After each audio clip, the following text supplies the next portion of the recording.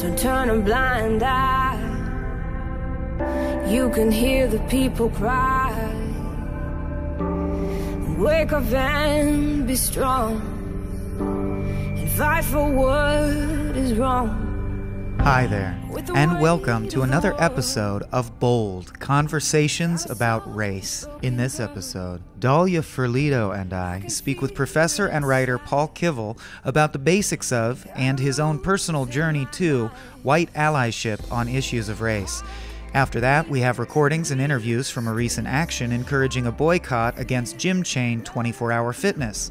But first, our cultural piece, a spoken word poem entitled ID Check by Ariel Luckey.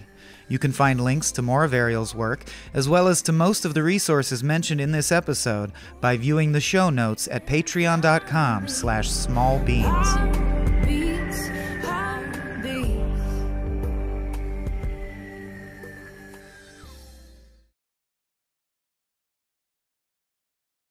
I am a blue-eyed devil, peck of wood and country cracker. Redneck, white trash, and urban wannabe rapper, I am the man who's got the God complex. Pimping privilege from class, skin color, and sex. I am the president, the pope, and the cop on your block. I'm the banker buying stock and selling bullets and Glocks. This is an ID check, like a rope around your neck. Better know who you are when death calls collect. This is an ID check, like the Border Patrol, but this is not for your country. This is for your soul. I'm the great-great-great-grandchild of the Mayflower. Gave thanks to God for smallpox so I could take power. I'm the great-great-grandchild of broken treaties, inheritor of racial slurs spoken freely. I'm the great-grandchild of BIA and Homestead Act. I shot Wounded Knee, stabbed Crazy Horse in the back. I'm the grandchild of Jim Crow and burning crosses. I yelled for a lynching, then brought my children to watch it. I'm the child of GI Bill, white affirmative action. Got promotions and jobs reserved for Anglo-Saxons. I'm the father of Katrina and government neglect. This is a race roll call. This is an ID check. I am President Andrew Johnson. I took your 40 acres away. I am William Simmons. I led the KKK.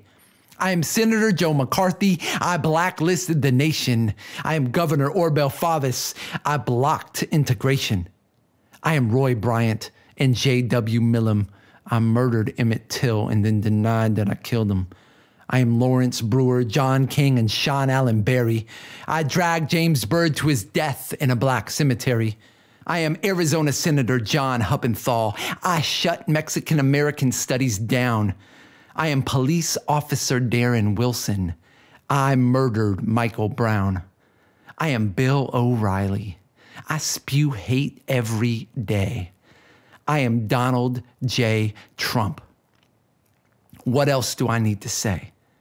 This is an ID check, like airport security. The real terrorism state of emergency. This is an ID check, like the Border Patrol. But this is not for your country. This is for your soul. I'm a 12th generation illegal immigrant. My family sold our culture as an economic stimulant. I have stolen the language of West African griots, sampled the stand-up bass of standard jazz trios. I have eaten the heart-beaten of the boogie-down Bronx, carved a new ivory tower out of elephant tusk onks. I appropriate your culture because I sold my roots. Got my hair did in cornrows, sport Timberland boots. I wear a bindi on my forehead, Che's face on my chest. I wave sage and an eagle feather and call this space blessed. I got a Chinese character tattooed on my arm, rock an Om necklace as a good luck charm. I am Wonder Bread. I am the melting pot. I buy my coolness at the mall, 'cause that's what I've been taught. I'm a pilgrim, a cowboy, all-American athlete. I am Elvis, Kenny G, Vanilla Ice, the boys from Backstreet. This is an ID check. This is a shattered mirror. This is the voice of Whitey. This is the psyche of fear. This is an ID check, like the Border Patrol, but this is not for your country. This is for your soul. I walk on red carpet sewn in maquiladores. I pimp the stock market with the ruling class employers. I make a living from your dying. I am free trade. I'm the law that says IMF loan interest gets paid. I am middle-class white flight and suburbanization. I'm a yuppie drinking Starbucks latte gentrification. I live in sundown towns and feast on strange fruit. I get paid for every ghetto youth the army recruits. I am the air you breathe, the water you drink. I'm the hegemony underneath the way you think. I am white supremacy and patriotism. I'm the private profits made from public prisons. I'm the cop in your head. I am COINTELPRO. I'm the nonprofit industrial complex's cash flow. I am white collar crime and corporate subsidies. I spit dirty white lies. I'm Fox News Publishing. I'm a Blackwater mercenary paid by your taxes. I'm a federal bailout to Wall Street while the economy collapses. I'm the stars and stripes. United we stand. I am the great white hope. I am Superman. This is an ID check, like 3 o'clock roadblock.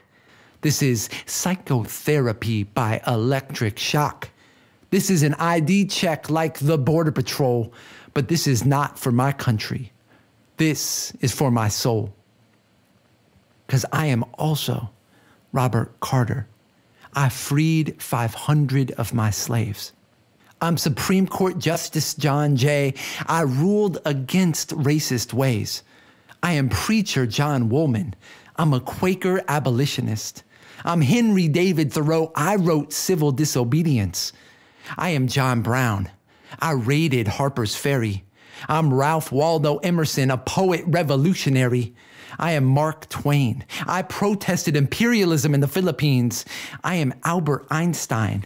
I spoke out against lynching. I am Miles Horton. I founded Highlander Center's popular education. I am Abraham Joshua Heschel. When I marched with Dr. King, my feet were praying. I am Andrew Goodman and Michael Schwerner. I campaigned for justice in the Freedom Summer.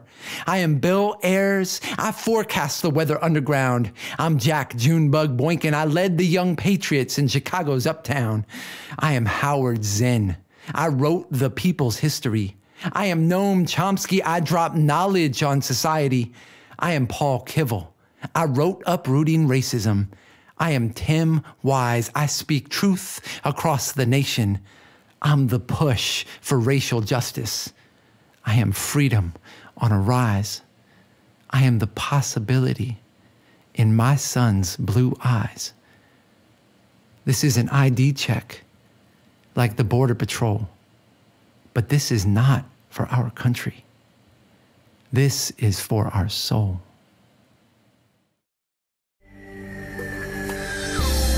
History has shown me that you'll get hurt and lonely.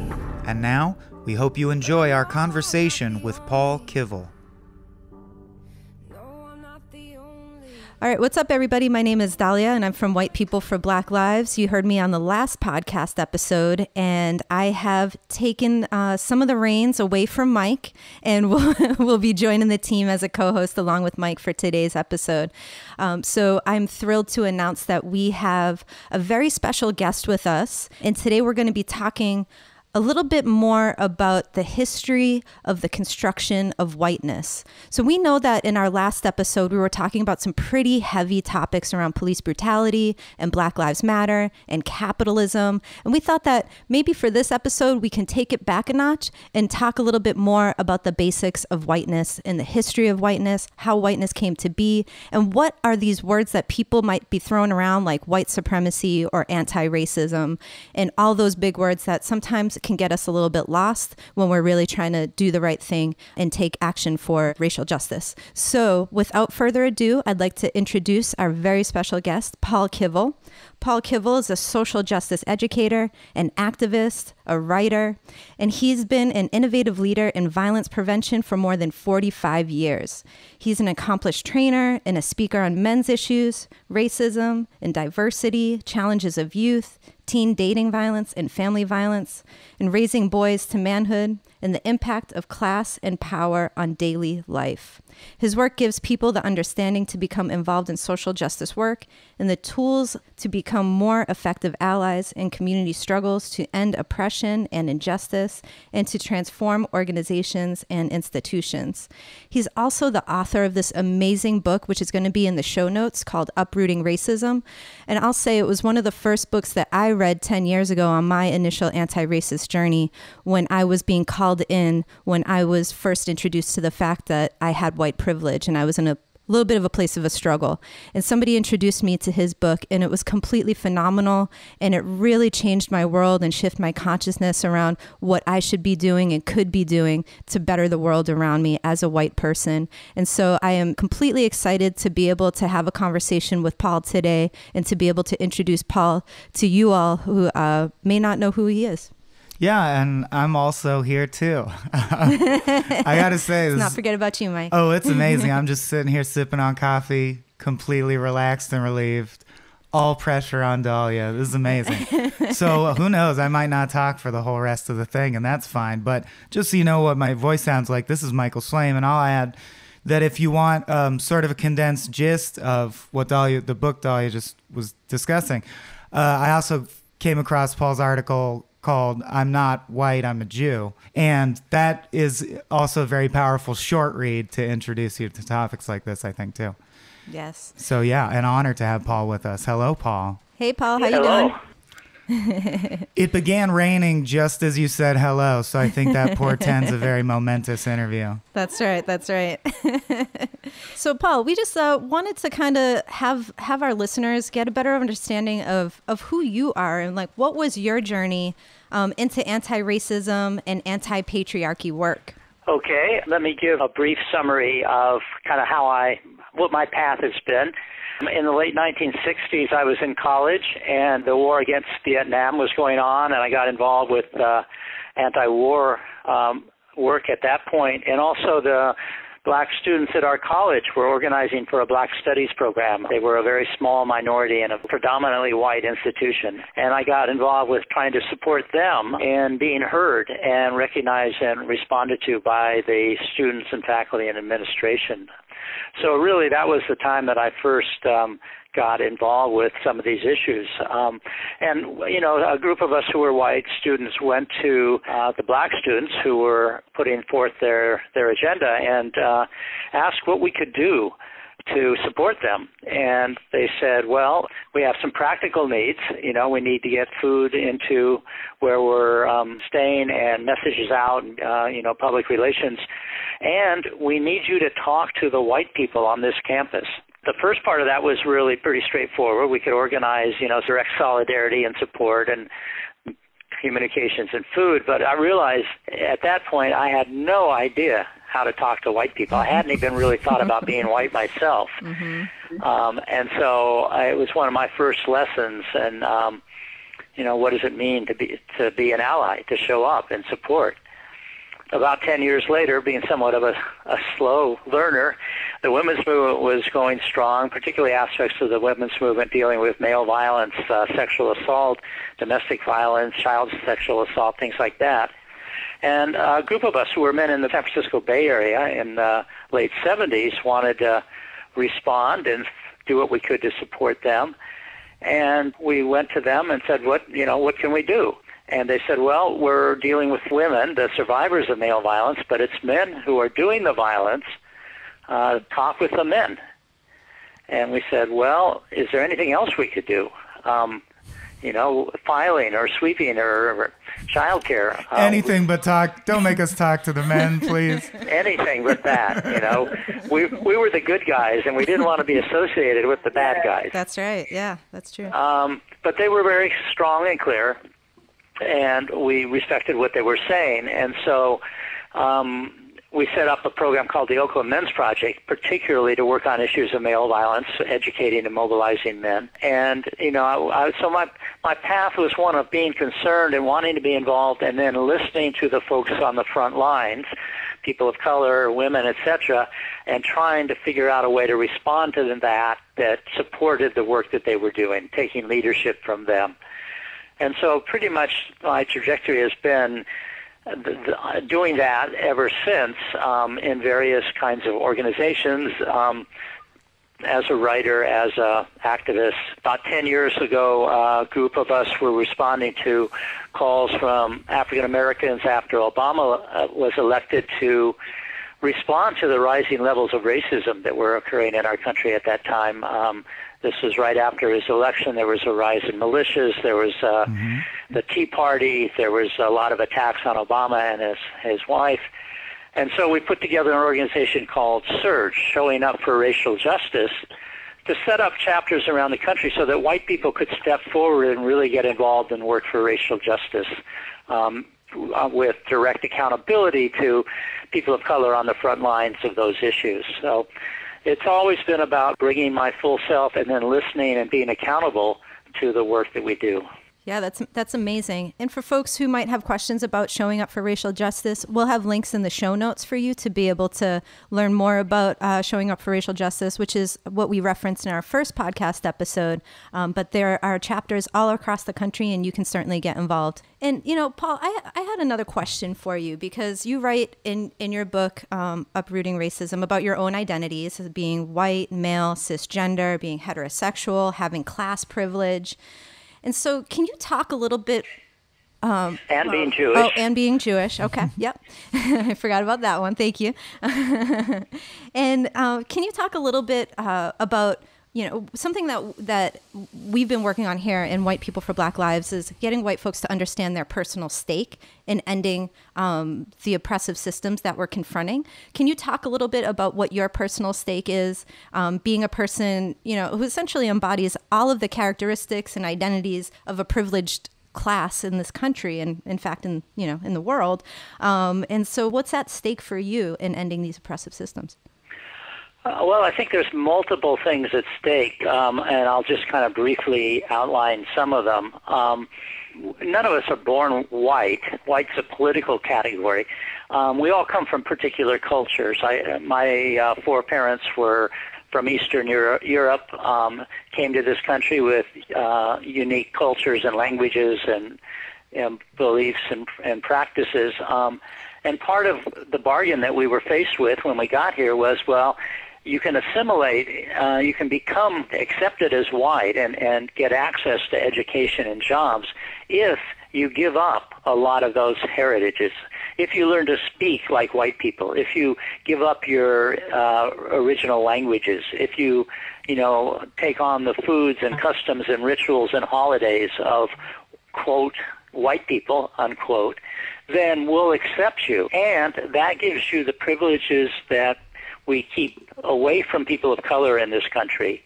And so if you buy into that package, you have to take on the attitudes that the collusion into this system of white supremacy or racism where white people have more and people of color are vulnerable to violence and exploitation and marginalization.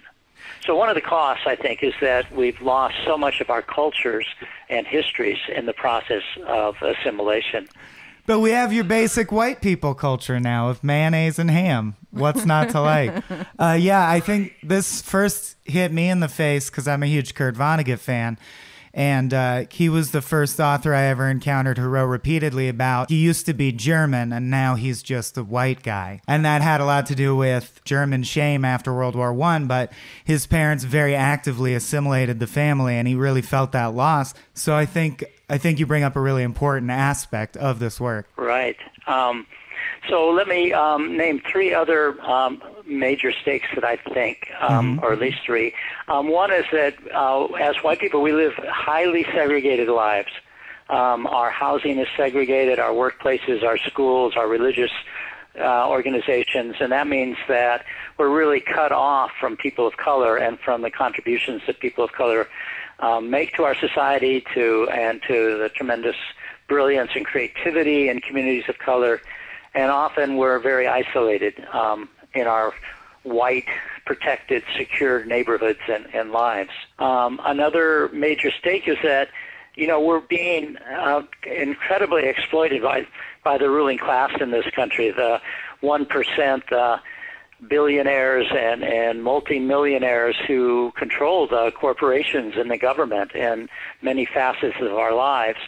And yet our attention is diverted by racism towards people, lower income people of color, recent immigrants, Muslims, Native Americans. We're told that they are our enemy and our problem, and they're taking away things from us. And it means that we can't unite with our natural allies and address the incredible inequalities in our country and work for the redistribution of wealth.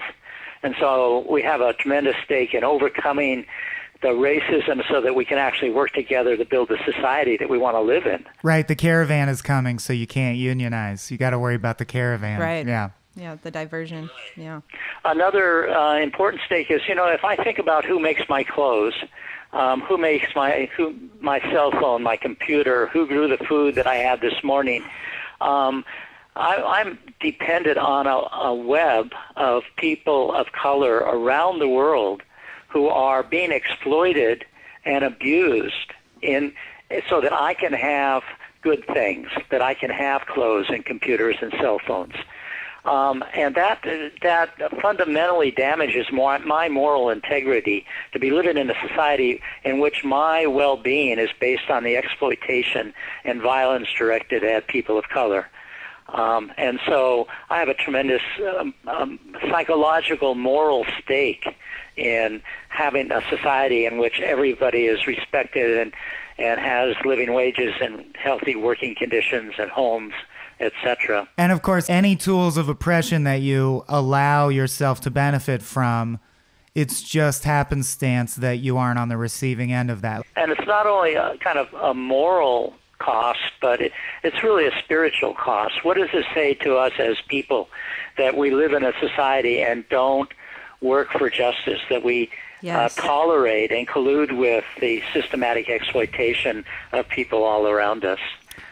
So those are really deep costs. The last thing I think that is worth talking about is that, when toxic waste is dumped into communities of color, when the water is polluted, the air is polluted, it doesn't just stay in communities of color.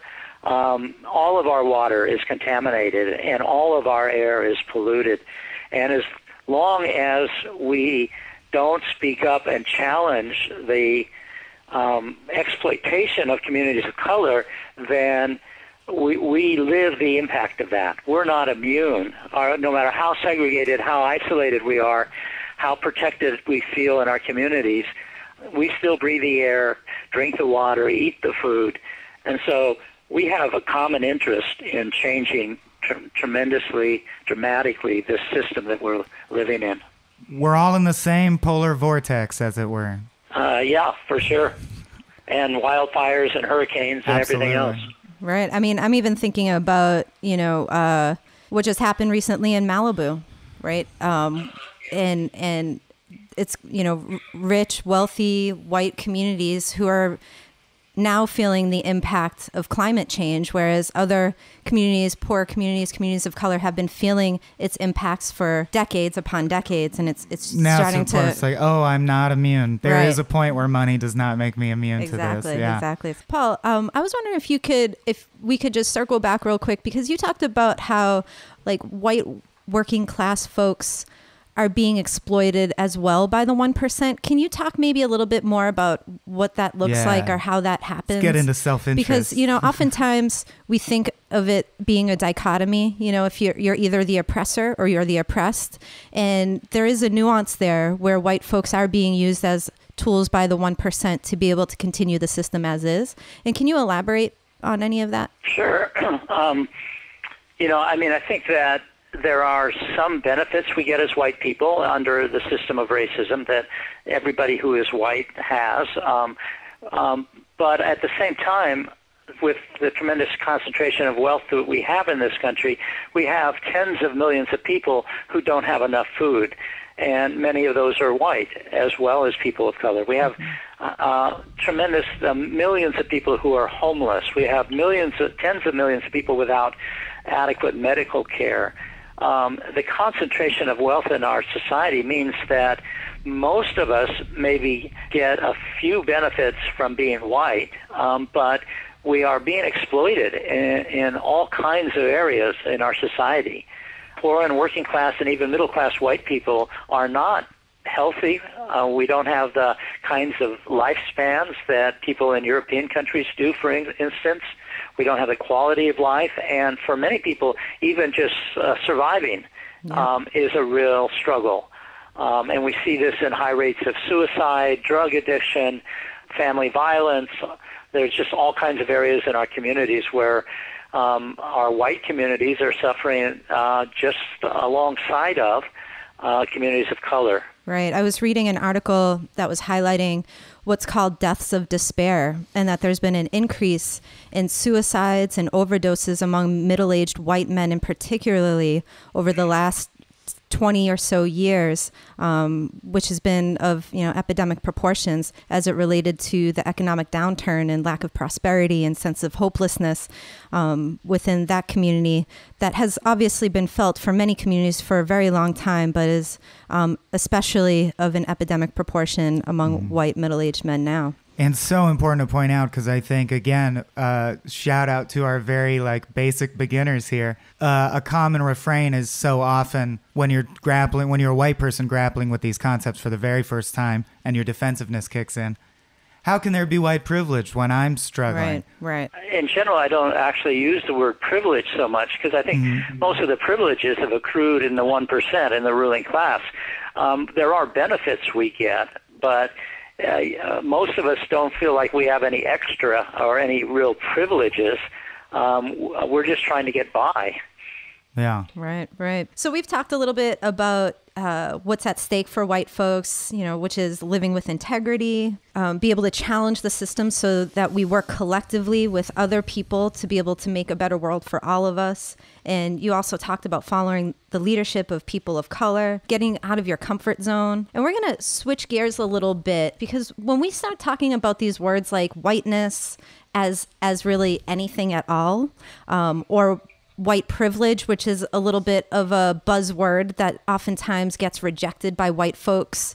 And I know that, and I appreciate that you brought in the term benefits, because it helps to understand that there's a difference between privilege, which for white people especially, I know for myself, I'll speak to, is often synonymous with class privilege. And it can feel like a distancing term if you're from a poor and working class background.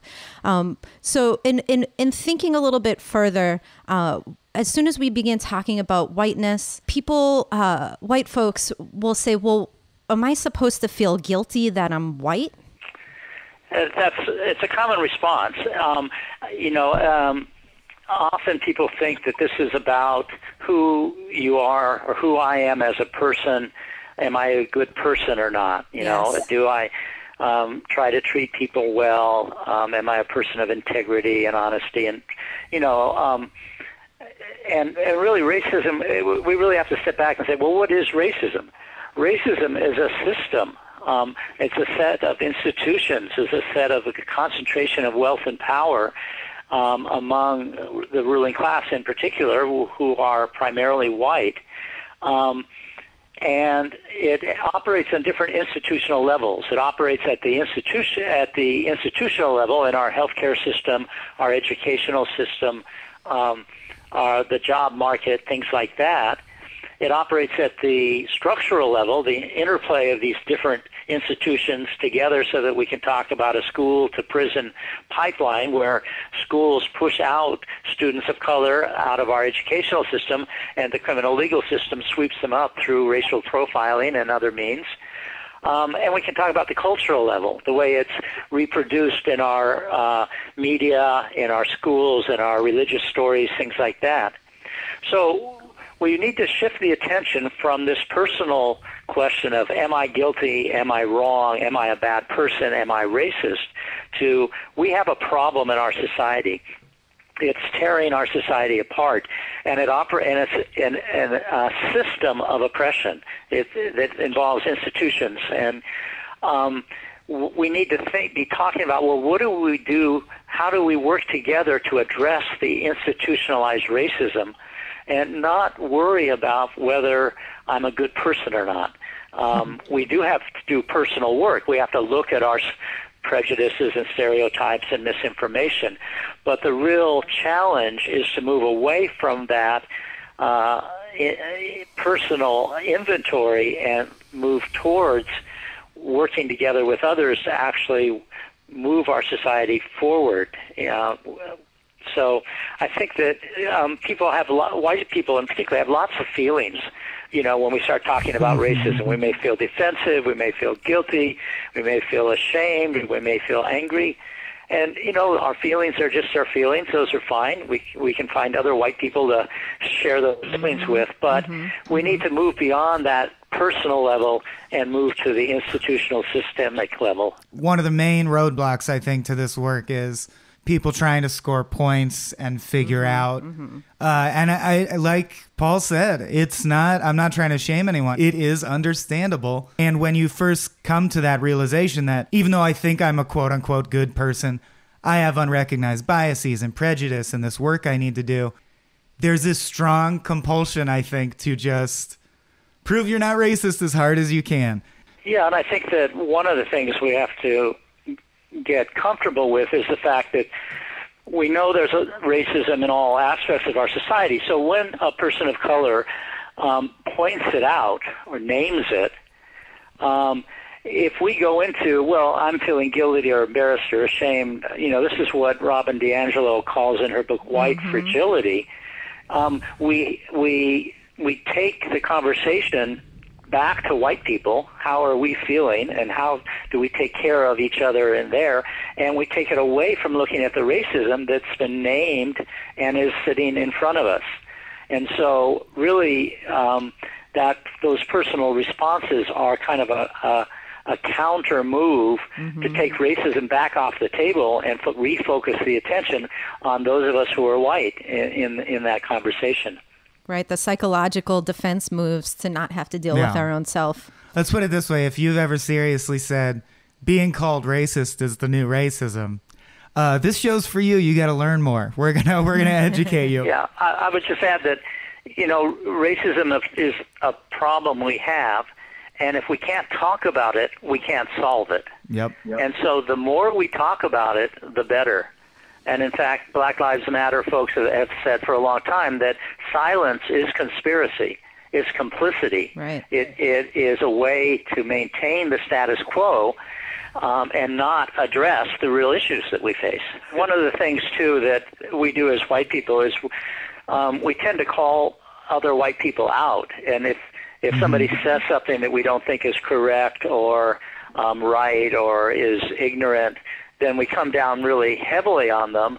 And, of course, nobody likes to experience that. So we need to, at SURJ, Showing Up for Racial Justice, one of our core values is calling people in. Yes. We want to welcome people where they are, and we want people to ask questions. We want them to be curious. We want them to be open to new ideas. And that means supporting them and not criticizing them for not knowing things already. We all started on this path at some point and started learning and making mistakes and coming back and keeping going.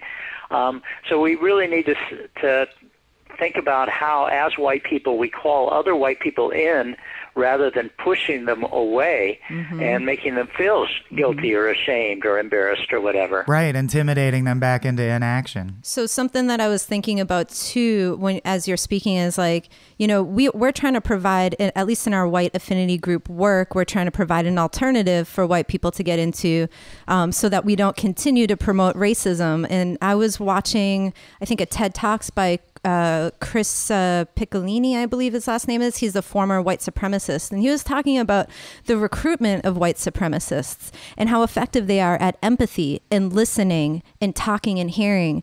And when you think about those qualities that are so great, white supremacists. So great at at recruitment because they're willing to listen and they're willing to have empathy for the folks that they're talking to, and it keeps people in. And so that's what we're up against, right? And so if we're embodying these kind of the opposite of that, where we're shaming other white people, we're calling out other white people, we're telling you you're not good enough to be in these spaces, white people, then that's leaving those white people vulnerable for recruitment by the other side. And that's not what we want, right? If we're trying to organize millions of white people into racial justice. Into allyship, absolutely. Right, that's an important point.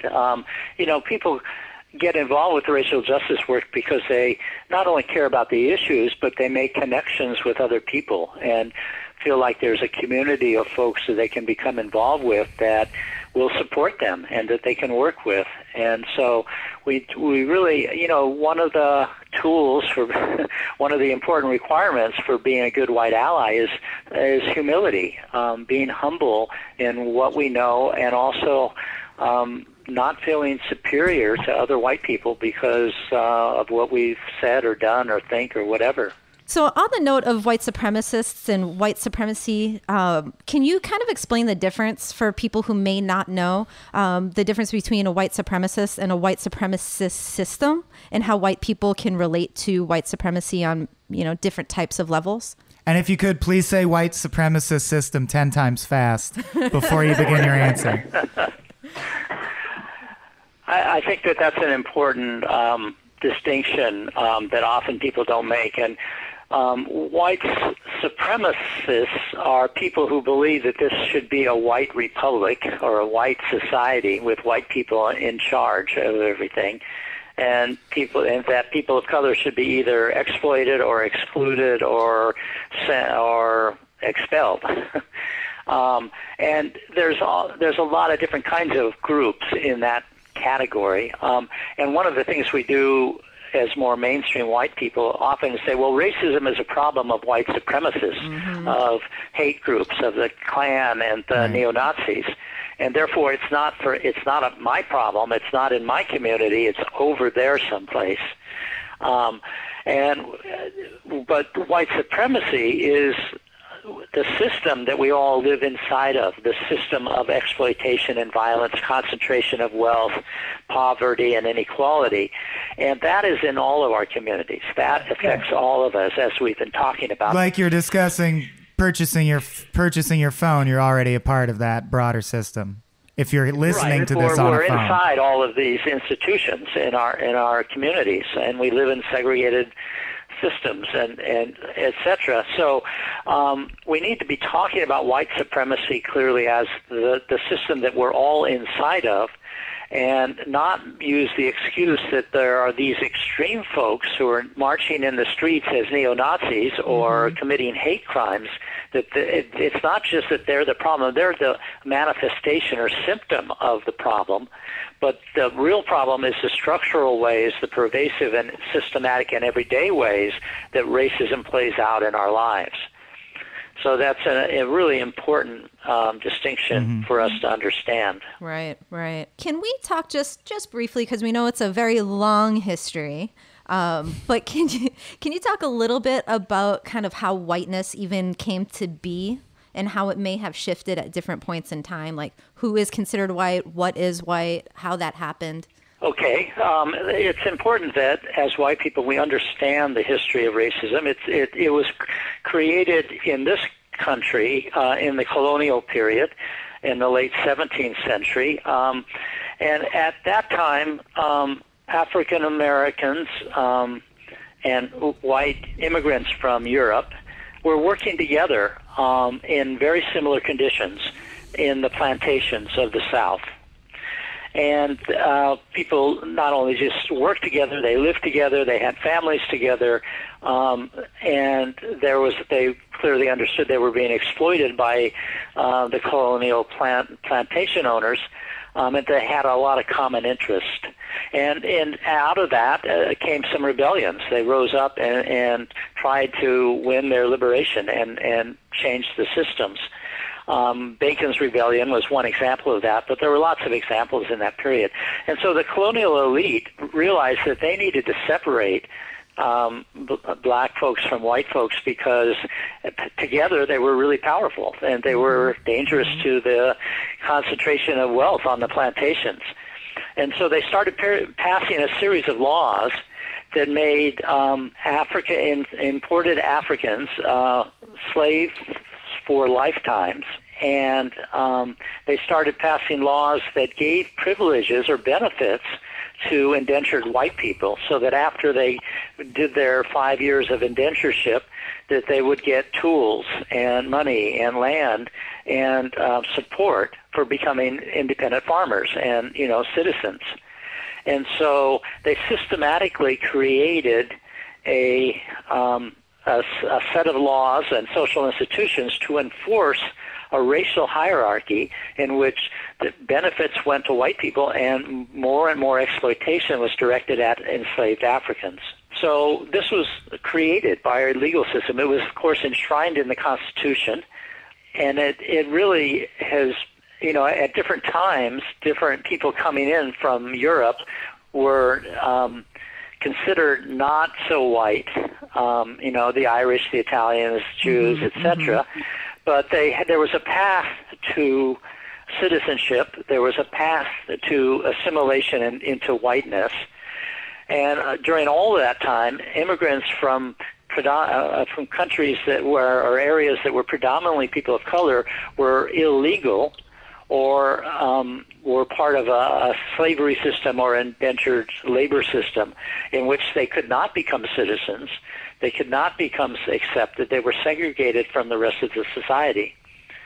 So the history has been one of different different groups of people coming in from Europe and being assimilated as white, and people from other parts of the world either not being allowed to coming in or being coming in under very harsh and restricted terms that didn't include citizenship and other benefits of being white. Right. And it's like race was constructed to just drive a wedge between everybody so that the wealthy white elite, or of course, back in the earlier days, the planter class, could maintain their control and dominance over everybody and continue to produce those profits. And we've just seen those manifestations over and over and over again. I'll just add one more thing to that, is that because workers of color in particular were so exploited that it brought down the wages of white workers and also made white workers less powerful in working and gaining labor, working benefits because they couldn't unite with workers of color. Right. So they were both exploited and then divided from their natural allies.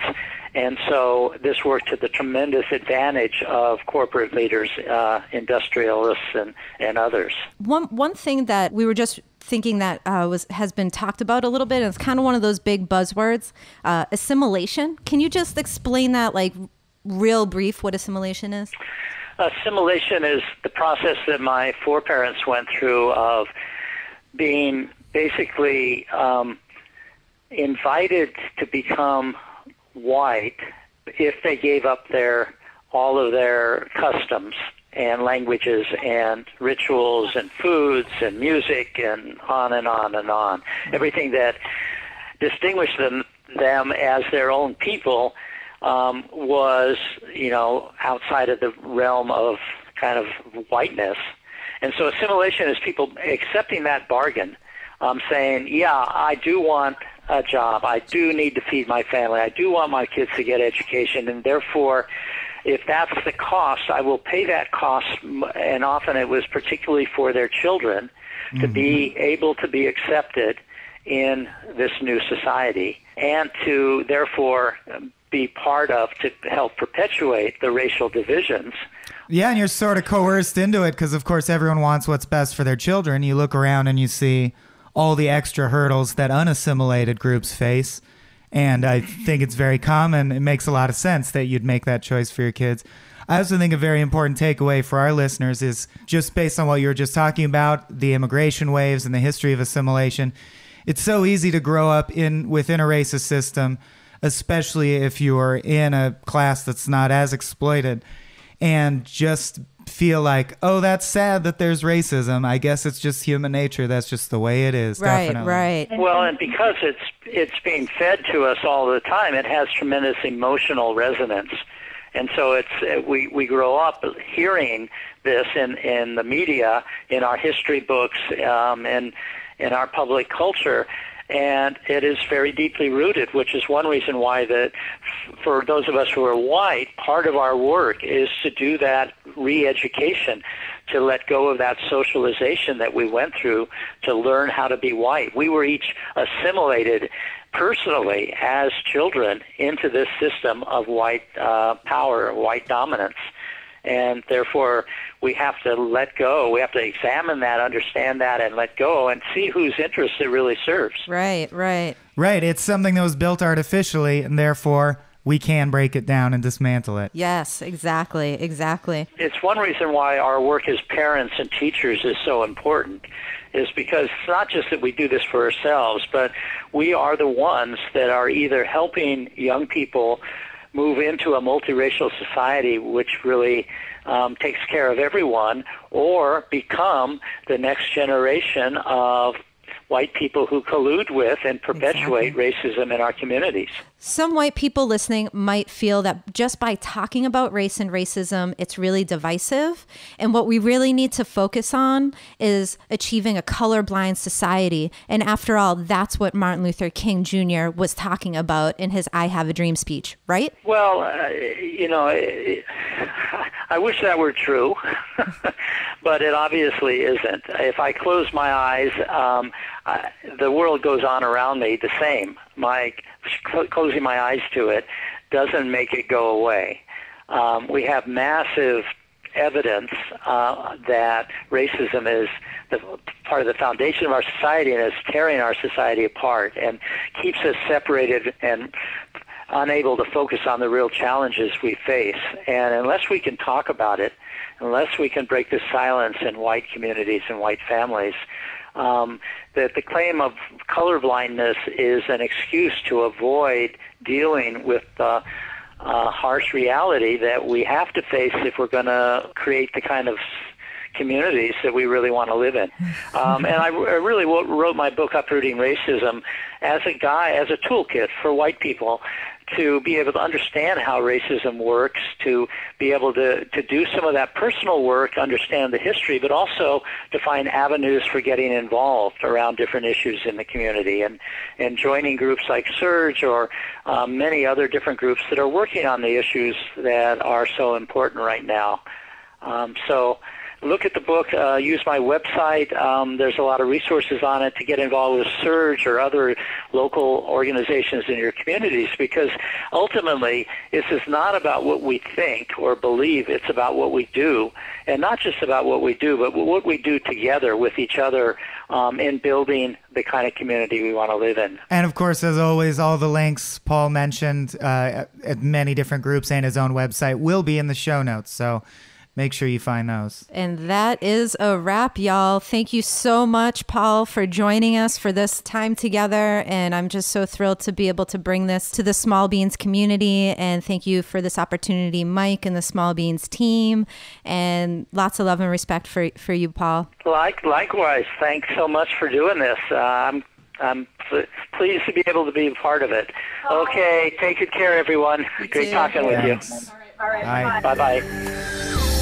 And now, our report from the field by Bold correspondent Kareem El Zain. And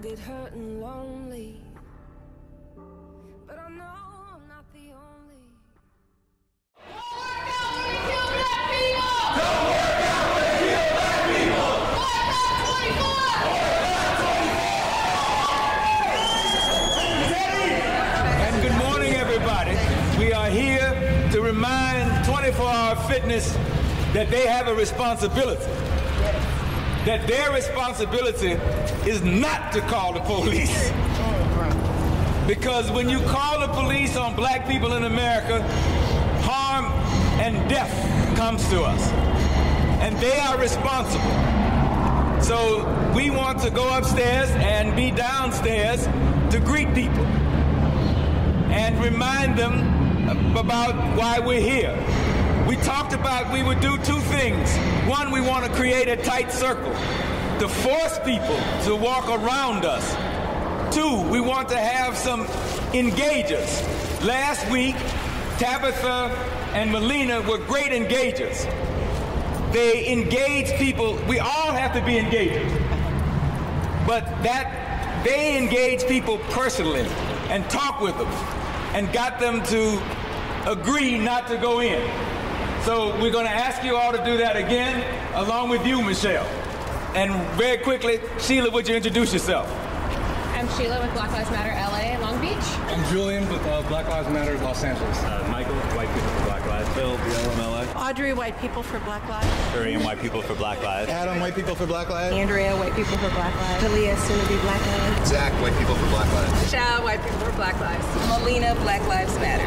This is Kareem El-Zain with Bold Conversations About Race, and I'm in Los Angeles right now, so I just wanted to get a sense of what this action has been like, how long has it been going on, some of the basics of what's been going on here.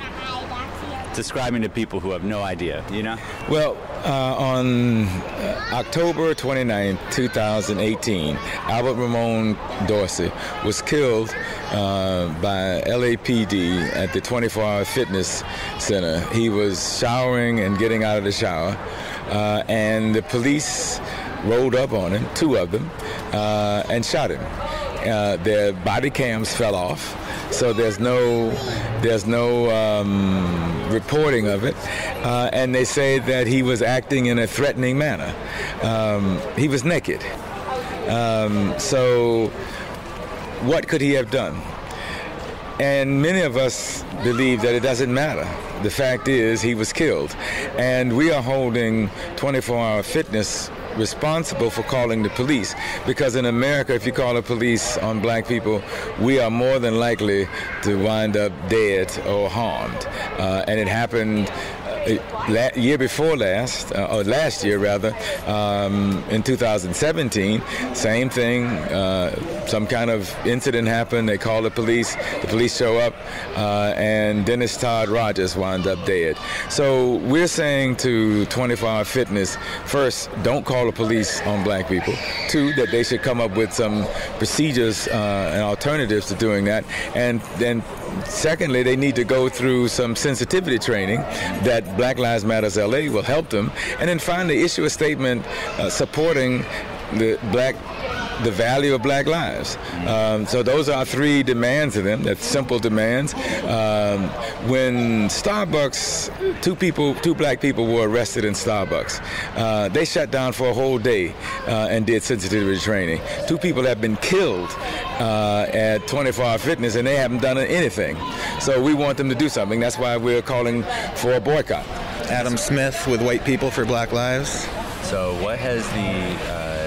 what's the experience been like on the ground at the protest last week? We didn't really know what to expect, we didn't know what kind of feedback we would get from people trying to go in, people coming out of the gym, what the police response would be. And I think overall, we're really pleased with the picket in general. The first 2 weeks we've done it, we've successfully turned away people that said they're going to cancel their memberships, that either didn't know that Albert Ramon Dorsey was actually murdered by the police inside this gym, or that just hadn't heard it really in context of other than the police narrative that he was doing something wrong. And after we were able to have some of these conversations, people really realized that they could probably cancel their membership and not come back. So it's felt good to be, and week to week seemingly having an impact on what we're here to do. When I think about what's at stake as a white person and engaging in this boycott, for me it's always been, it's easy for me to say Black Lives Matter, put a bumper sticker on my car.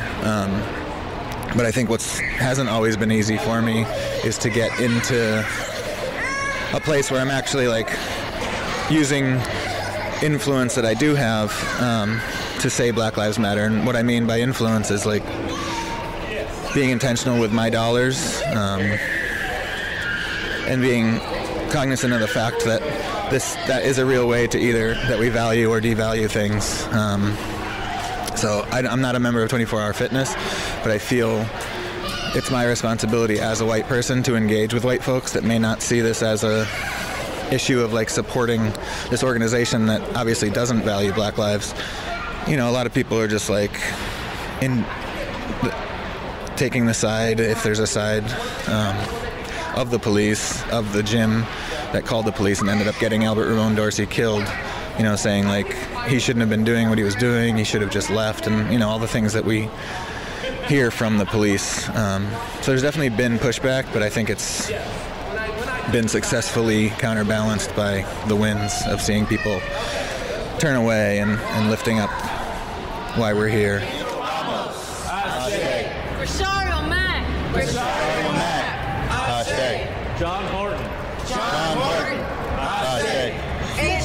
Kenneth Ross Jr. Kenneth Ross Jr. AJ Weber. AJ Weber. Oscar Grant. Oscar Grant. Zelele Mawintu. I think in a city like LA, we like to say that, you know, we're a multicultural city, these things aren't an issue, but this is also the city of Rodney King. So, you know, I think we're, you know, and that was in my lifetime, and I'm only 28. So, you know, race is still,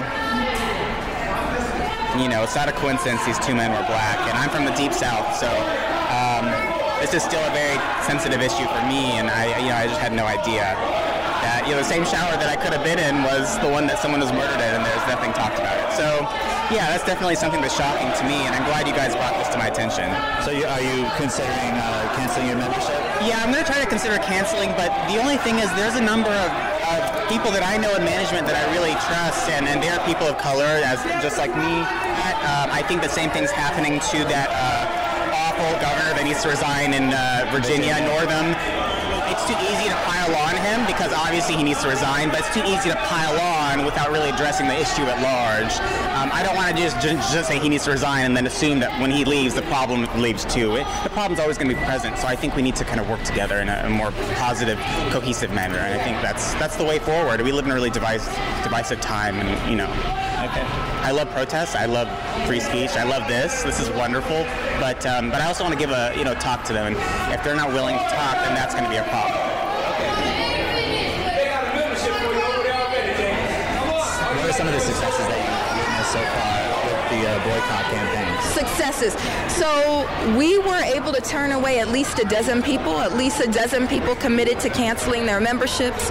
But I think there's also a success in just being here. You know, all of us are here because we value Black life. And, you know, for parents to get up with their children and be here and say, look, Black life is important, right? For people to say, you know, I don't need to sleep in on a Saturday morning. I'm going to be here and I'm going to uplift the value of Black life. That's a success. We're also making 24-hour fitness really nervous, right? They know that this is growing, that this is not, you know, when we came here the first time a couple months ago, that it's not just a one-off. We're going to be here consistently, and it's going to impact their bottom line. They called in police because they felt like it was best for their bottom line, and the murder of Black people, for them, it's not even, what do they call it, collateral damage. It's part of their intentional drive for profit. So what has been happening is kind of the downplaying of Albert Ramon Dorsey's death, but Black death in general at the hands of police, right? When we talk about the value of Black life, that never goes out of style, right?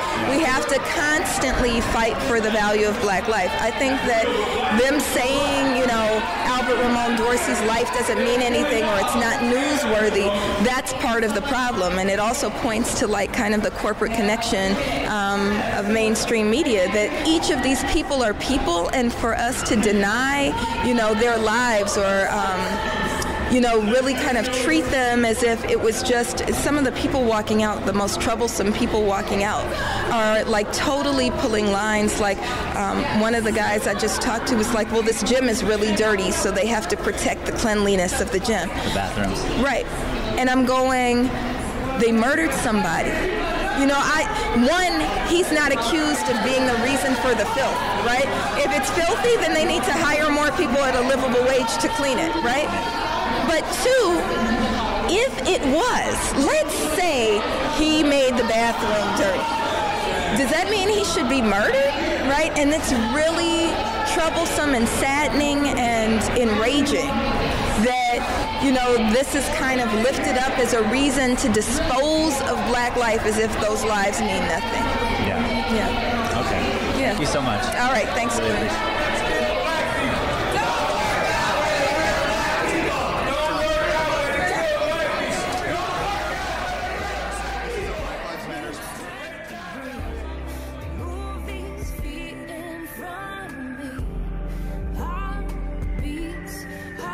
What's up, y'all? This is Dahlia from White People for Black Lives again, and we're bringing you some more calls to action because, as promised, we always want to make sure that you have ways to be able to plug in to further your anti-racist action so that you can be committed to work in the long term for racial justice. So the first we have is recommended readings, and of course we have Uprooting Racism by Paul Kivel, Stamped from the Beginning by Ibram X. Kendi, The History of White People by Neil Irvin Painter. Then we have stuff that you can watch. Race, The Power of Illusion, and that will be linked in the show notes. And White Like Me, a documentary. And we know it's really challenging for white folks to be able to hold difficult conversations about race. So we have a few resources so that you can get the skills that you need to be able to stay in conversation with your fellow white people. The first is Bold Conversations About Race. And we know it's the same name as this podcast, but it is a different project, and it's a project we love, a project by Color of Change. Next, we have the White Ally Toolkit by David Compt. And then if you're in Los Angeles, you can always check out a Saturday dialogue space hosted by AwareLA at awarela.org. And we always want you to be able to donate your money to the organizations that matter. So we have the Movement for Black Lives, the UndocuBlack Network, Southeast Immigrant Rights Network, and Showing Up for Racial Justice National. And all of this information can be found at the Small Beans Patreon page in the show notes. Heartbeats in these streets, I feel no peace. Heartbeats, heartbeats. Lord, give me the strength to breathe, to move these feet in front of me. Heartbeats, heartbeats.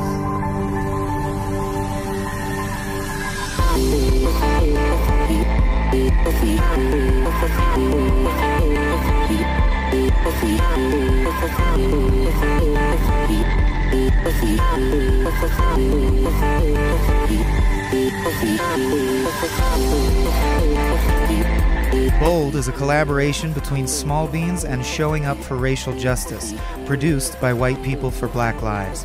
Our theme song, Heartbeats, was written and performed by Rachel Cantu and Melantopia.